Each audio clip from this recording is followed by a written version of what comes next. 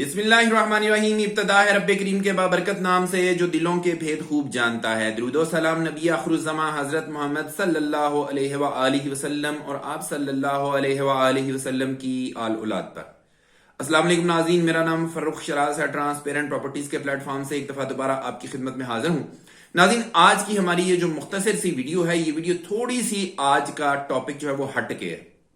ये सोसाइटीज से थोड़ा सा हट के, मैं आज किसी खास सोसाइटी की बात नहीं करने जा रहा।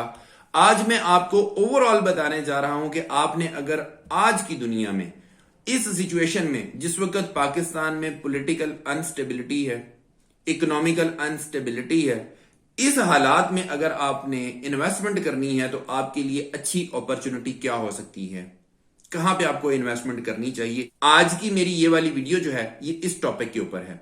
मैं अपने चैनल के ऊपर आने वाले मुअज़्ज़ज़ व्यूअर्स को खुशामदीद कहता हूं। अगर आपने हमारा चैनल अभी तक सब्सक्राइब नहीं किया तो गुजारिश है हमारा चैनल सब्सक्राइब कर दें। बिल्कुल फ्री है, यकीन माने कोई पैसा नहीं लगता। आप इसको अगर सब्सक्राइब करेंगे तो आपका इंशाल्लाह फायदा ही होगा। और साथ में लगे हुए बेल आइकन को भी क्लिक कर दीजिएगा, क्योंकि आइंदा भी आपको इस तरह की इंफॉर्मेटिव वीडियोस मिलती रहेंगी। नाज़रीन, बढ़ते हैं आज के टॉपिक की तरफ। देखिए, जब भी इन्वेस्टमेंट होती है तीन चीजों के अंदर। एक होती है गोल्ड के अंदर इन्वेस्टमेंट, एक इन्वेस्टमेंट होती है आपकी करेंसी में, जिसको डॉलर्स बोलते हैं। डॉलर के अंदर इन्वेस्टमेंट ज्यादातर लोग करते हैं। और तीसरी इन्वेस्टमेंट होती है प्रॉपर्टी के अंदर।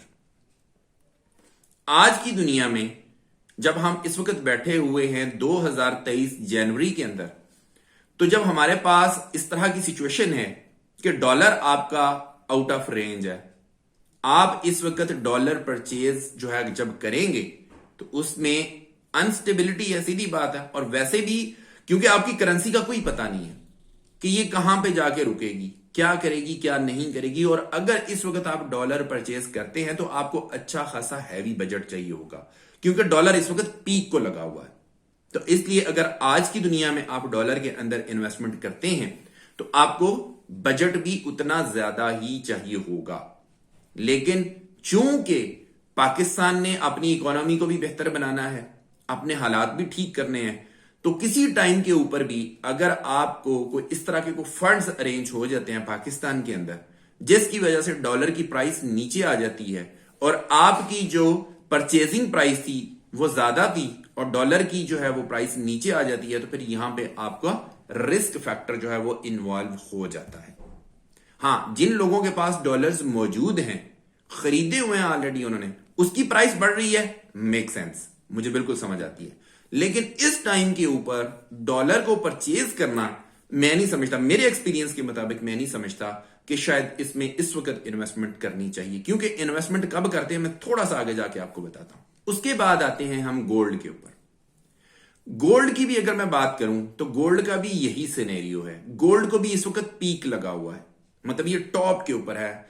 पाकिस्तान की हिस्ट्री के अंदर सबसे महंगा तरीन गोल्ड जो है इस वक्त इस सतह के ऊपर मौजूद है, जिसमें गोल्ड जो है तकरीबन 1,87,000 1,90,000 रुपए के दरमियान में ट्रेड हो रहा है। 24 कैरेट गोल्ड की मैं बात कर रहा हूं। तो इस सिचुएशन में भी आप गोल्ड जो है उसको नहीं परचेज कर सकते। अगर परचेज करते हो तो हाई फैक्टर इसमें भी होगा रिस्क का, क्योंकि ये इस वक्त टॉप है। इस वक्त मोस्ट प्रोबेबली अगर कल को गोल्ड गिरता है तो फिर आपको नुकसान होने के चांसेस हैं, क्योंकि गोल्ड परचेज करने का टाइम वो वाला था जब गोल्ड की प्राइस कम थी। जब प्राइस कम होती है वो होता है परचेजिंग का टाइम। जब प्राइस बिल्कुल टॉप के ऊपर गई होती है, पीक के ऊपर गई होती है, वो वाला होता है सेलिंग का टाइम, वो परचेजिंग का टाइम नहीं होता। ये आपको मैं पूरे ट्रेडिंग के उसूल बता रहा हूं, बिजनेस के उसूल बता रहा हूं। किसी से भी आप आप मशवरा कर लें, किसी भी बिजनेसमैन से मशवरा कर लें, वो मेरी बात से इत्तेफाक करेगा कि हमेशा परचेजिंग उस टाइम पे होती है जब कीमतें कम होती हैं, और सेलिंग उस टाइम पे होती है जब कीमतें बिल्कुल हाई टॉप के ऊपर गई होती हैं। उस वक्त सेलिंग का टाइम होता है। तो ये सारी चीजें अगर आप देखें, इस उसूल को मद्देनजर अगर आप रखें, तो करेंसी में भी आप इस वक्त सेलिंग का टाइम है, परचेजिंग का टाइम नहीं है। इसी तरह से गोल्ड के अंदर की बात करें तो गोल्ड में भी इस वक्त सेलिंग का टाइम है, परचेजिंग का टाइम नहीं है। हां, अगर आपके पास गोल्ड ऑलरेडी मौजूद है, आपने सस्ते रेट्स के ऊपर खरीदा हुआ है, उसको अब आप बेचने के लिए जाएंगे, आपको बहुत अच्छा प्रॉफिट देके जाएगा। अब पीछे आपके पास रह जाती है तीसरी ऑप्शन। तीसरी ऑप्शन होती है प्रॉपर्टी की। इस वक्त पाकिस्तान के अंदर प्रॉपर्टी डाउन है, प्रॉपर्टी की मार्केट इस वक्त डाउनफॉल का शिकार है। तो जैसा कि मैंने आपको रूल बताया पहले कि हमेशा परचेजिंग का टाइम ही वो होता है जब कीमतें निचली सतह पे होती हैं, जब कीमतें गिरी हुई होती हैं, तो वो परचेजिंग का टाइम होता है। तो मेरा ख्याल है कि इस उसूल को जब आप मद्देनजर रखेंगे तो आपको बिल्कुल क्लियरली आइडिया हो जाएगा कि ये टाइम जो है इस वक्त प्रॉपर्टी के अंदर इन्वेस्टमेंट करने का टाइम है।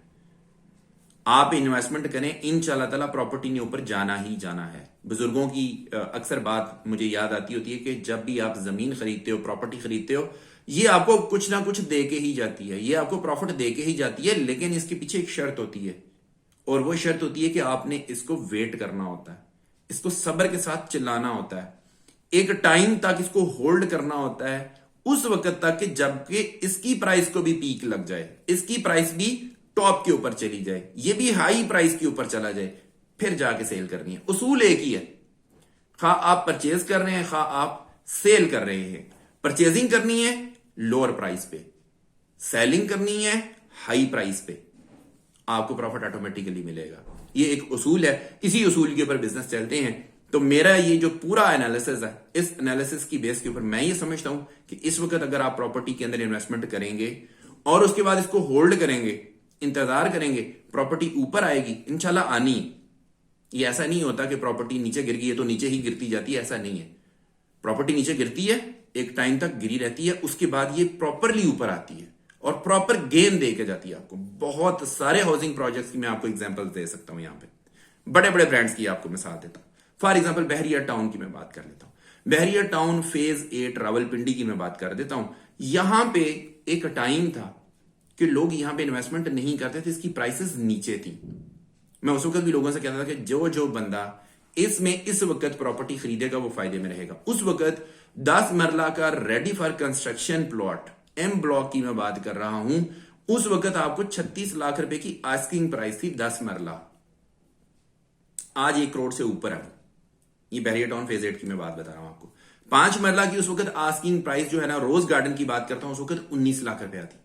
हाइटेड प्लॉट, बगैर किसी फिलिंग के, कटिंग वाला था, फिलिंग वाला नहीं था, बगैर फिलिंग के सॉलिड जमीन का प्लॉट, 19 लाख रुपया उसकी आस्किंग प्राइस थी। आज वही वाला प्लॉट वहां पे जाके आप आज खरीदना शुरू करें तो 50 से 55 लाख रुपए का आपको मिलता है। एल ब्लॉक के अंदर आ जाएं, एल ब्लॉक के अंदर आस्किंग प्राइस 21 लाख 22 लाख रुपया था, सॉलिड जमीन की, कटिंग वाला प्लॉट, फिलिंग वाला नहीं, उसकी 21-22 लाख रुपया उसकी आस्किंग प्राइस उस वक्त। आज उसकी प्राइस 65 लाख रुपया है।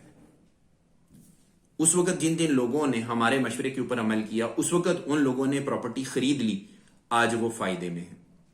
यही चीज होती है, हमेशा प्रॉपर्टी में यही उसूल होता है। अच्छे टाइम के ऊपर, सही टाइम के ऊपर सही डिसीजन लें, प्रॉपर्टी खरीद लें, उसके बाद उसको होल्ड करें, आहिस्ता आहिस्ता चलाते रहें, उसको किस्तों के ऊपर प्लॉट ले लें, आहिस्ता आहिस्ता चलाते रहें उसे। एक टाइम आएगा कि आपको बहुत अच्छा गेन दे के जाएगा। ये सिर्फ एक सोसाइटी की मैंने आपको एग्जांपल दी है, बहुत सारी सोसाइटीज ऐसी हैं जिनकी मैं एग्जांपल दे सकता हूं, लेकिन वीडियो बहुत लंबी हो जाएगी। समझाने का मकसद था मेरा, ये ख्याल है कि मैं अपनी बात बहुत वाज़ेह तरीके से समझा चुका हूं। तो अगर आप प्रॉपर्टी में किसी भी किस्म की कोई इन्वेस्टमेंट करना चाहते हैं, हमारे दिए गए नंबर्स के ऊपर हमारे साथ राब्ता कर सकते हैं। इंशाल्लाह ताला आपको आपके बजट के मुताबिक बेहतरीन सर्विसेज प्रोवाइड करेंगे। इसी के साथ अपने होस्ट फर्रुख शिराज को इजाजत दीजिए। नई वीडियो और नए टॉपिक के साथ दोबारा आपकी खिदमत में हाजिर होंगे। अपना बहुत ख्याल रखिएगा, हमें अपनी दुआ में याद रखिएगा। अंटिल नेक्स्ट टाइम, अल्लाह निगहबान।